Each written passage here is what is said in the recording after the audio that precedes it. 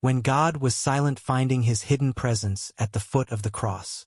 The Karen village clung to the mountainside like a prayer whispered in desperation.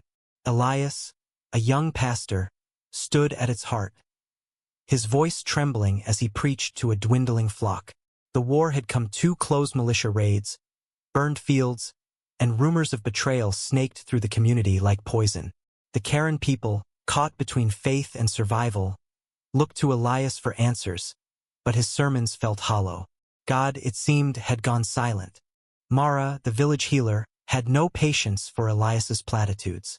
Her hands, stained with herb paste and blood, worked tirelessly to mend broken bodies, but her heart burned with rage. The militia had taken her brother, and now they demanded the village's food stores face annihilation. Your God doesn't answer, she spat during a council meeting, her eyes boring into Elias. We need action, not prayers.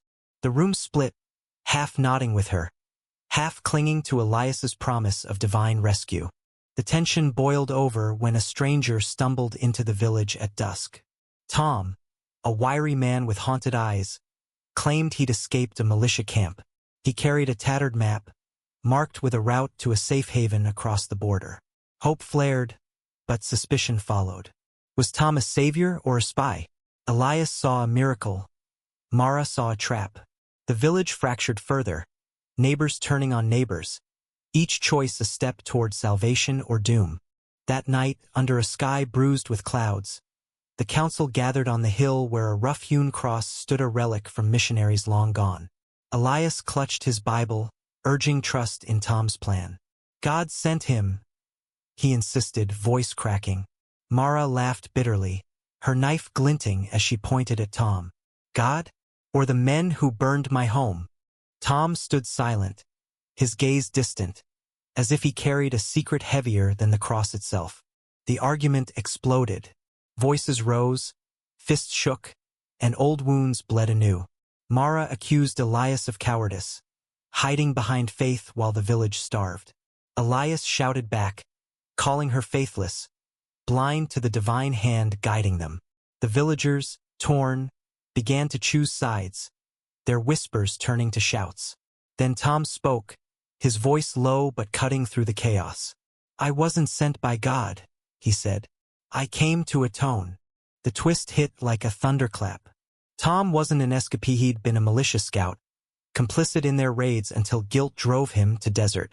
The map was real, but his hands were stained with Karen blood. He'd come to lead them to safety, not for redemption, but because he believed he deserved their judgment. Kill me if you want, he said, dropping to his knees, but follow the map.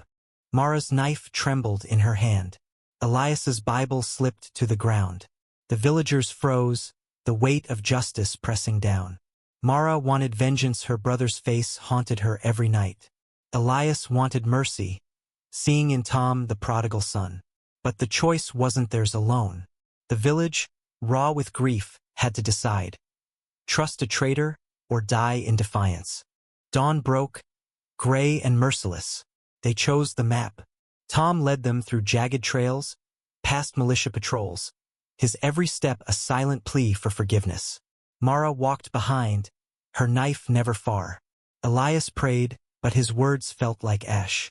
The journey was grueling, children wept, elders faltered, and fear gnawed at them all. At the border, safety glimmered like a distant star. Then the ambush came.